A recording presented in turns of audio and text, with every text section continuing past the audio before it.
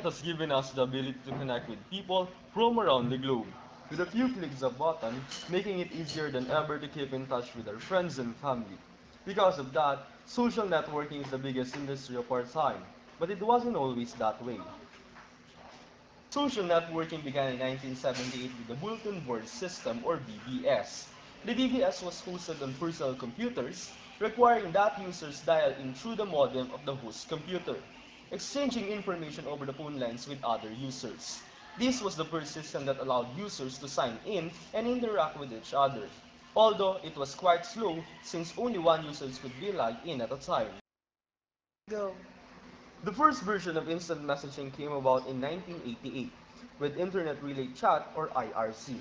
IRC was Unix-based, limiting access to most people. It was used for link and file sharing and generally keeping in touch with one another. GeoCities was among the first social networking sites on the Internet, launching its website in 1994. Its intent was to allow users to create their own websites, dividing them into cities based on the website's content. In 1995, the Globe.com was launched, offering users the ability to interact with people who held the same interests and publish their own content.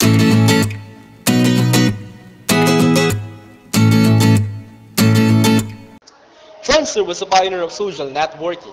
In its first 3 months, the social networking website acquired 3 million users, amounting to 1 in 126 internet users being members at the time. Friendster served as the launching point of the widely popular MySpace, who clones Friendster, are launched after just 10 days of coding. In the following years, other social networking websites like Classmates.com, LinkedIn, and Tribe.net started to pop up, including what would be the most popular social networking websites in the internet history. Facebook.com was launched in 2004 with the intent to 500 students signed up. After gaining popularity, Facebook opened its first registration to non-college students, and in 2008, Facebook surpassed MySpace as the leading social networking connect U.S. college students starting with Harvard College. In its first month, over half of the 19th website. Social networking has come a long way since 1978, and we will all witness its evolution of the years to come, forever changing the way people connect with one another.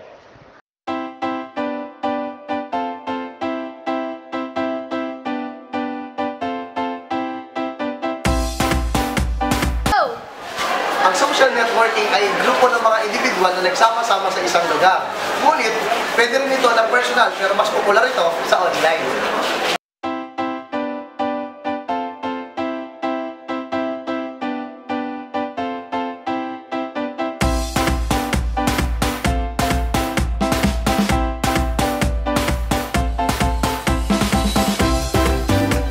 The average Facebook user has 130 friends, is connected to 80 community pages, groups, and events, and creates 90 pieces of content each month.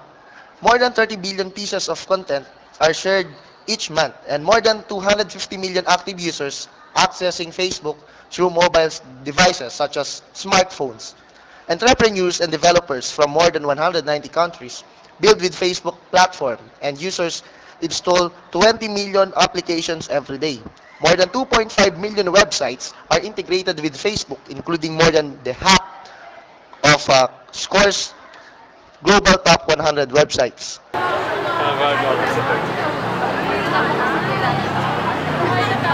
Meron tayong 200 million user na Twitter. 460,000 ito, araw-araw pa lang nag-research. There is significant economic activity surrounding Twitter, with more than 1 million registered Twitter apps connecting to the service. Many software programs and third-party services enable direct access to Twitter discussion without requiring a visit to the twitter.com website.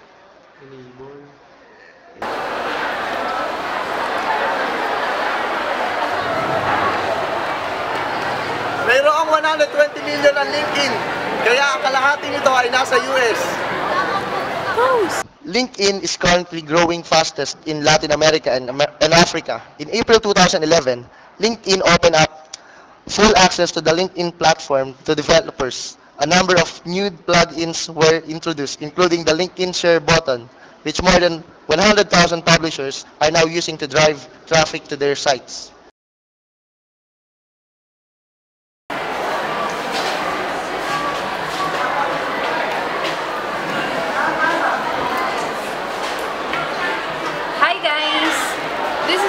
Vlog. At ngayong araw, pag-uusapan natin ang social networking sites. Ano ang mga impacts at advantages and disadvantages ng social networking sites. Ang internet ay mayroong advantages sa buhay ng bawat tao. Siyempre, kaakibat ng advantages ang disadvantages. Marami itong natutulong sa atin at marami din namang bagay na disadvantages ang internet sa atin. Ayon kay Boyd and Ellison ng 2007, the first social networking site ay ang 6degrees.com na na-launch noong 1997. At starting from 1997 hanggang 2010, meron ng 1.5 billion users ang social networking sites. Ang mga tao ay sumasali sa social networking sites because they want to express their views, feel of independency, and to enhance their self-esteem. And I will give you the top 10 list of the social networking sites in the world.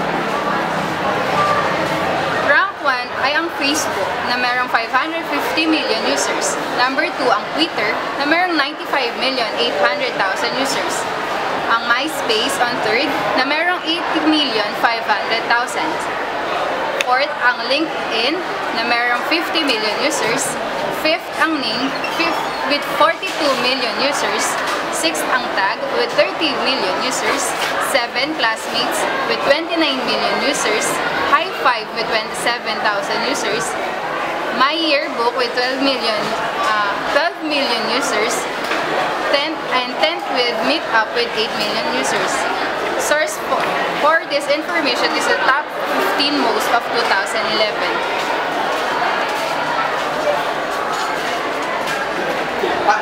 The first impact of this social networking site is the personal privacy. Social networking site ay mayroong gap between your private life and your public life. Once na nagkaroon ka ng account at naka-public ito, you have no control kung sino man ang mag-subscribe or mag-surf ng iyong profile. The next one is the impact of stranger friends. When you accept friend requests na hindi mo naman kakilala, you put yourself in a severe risk.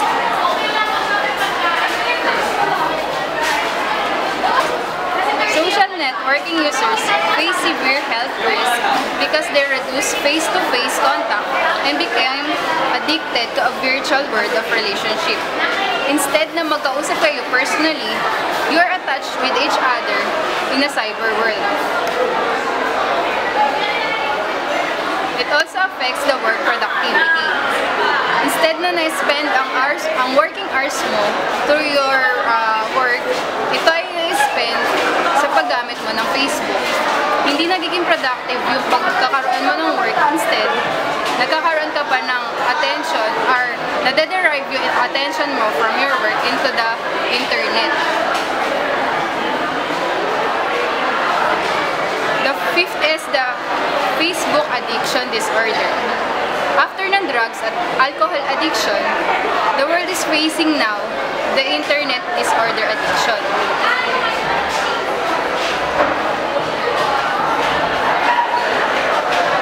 And in Florida, according to the news, Alexandra V. Tobias, a mother from Florida, killed her own child because the boy was crying. That makes her angry while she was playing Farmville on Facebook. Imagine, pinatay niya yung sarili niyang anak dahil lang ginugulo siya sa pag-Farmville. The sixth is how it's helping cybercriminals. Because of the advantages na binibigay ng internet, people can contact other people na hindi mo naman kakilala. Malay mo ba na kriminal na pala yung kachat mo? Siyempre, hindi naman siya magbibigay ng mga bad thoughts about him, puro magaganda lang. Hanggang sa mag-meet na kayo, doon na may mangyayaring masama.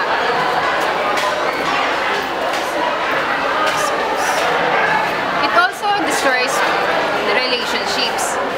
For instance, halimbawa mag-asawa kayo, nag-away lang kayo, tapos iniba na niya yung status niya, naging single na. Tapos nabasa mo, syempre magagalit ka, mag-aaway kayo. At ang bad pa doon, may mga comment pa na nakikisama sila sa pagkakaroon mo ng heartbreak. Iwasan ng mga bagay nito, Here are some tips. Una, change your profile privacy. Pag naka-public ka, gusto mong i-private na lang para makip yung information na accessible sa ibang tao. Makikita lang ito ng mga iyong close friends. Second, huwag ka nga mag-a-accept ng mga tao na hindi mo naman kakilala. Minsan kasi nagja-judge tayo sa itsura ng tao at sa mga background information niya. Do not post very personal information sa Facebook mo, katulad ng email ad, ng date of birth, contact number, home address, at family background nyo. Be cautious while posting your photo. Huwag kang magpo-post ng photo kung nasaan ka. Malay mo may sumusunod sa'yo.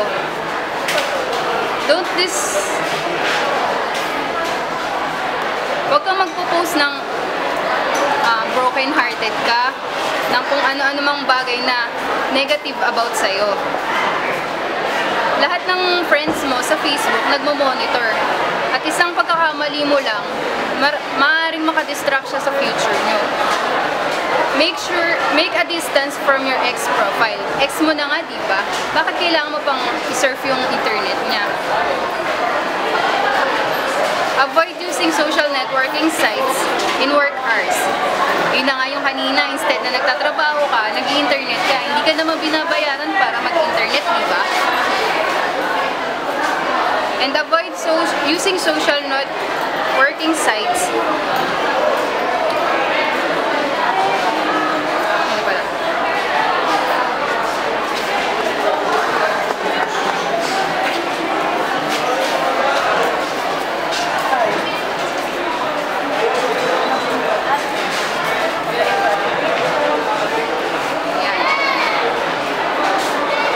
And para i-summarize, ang impact ng websites sa buhay ng tao, marami siyang natutulong sa atin, tama. Pero isipin din natin na ang bawat bagay na nilikha, mayroong advantages at disadvantages. Nasa tao na kung paano niya gagamitin ito sa tama. Thank you for watching my video blog. For more of my videos, subscribe and my channel. Click thumbs up. Thank you for watching my vlog, and to subscribe to it, just type in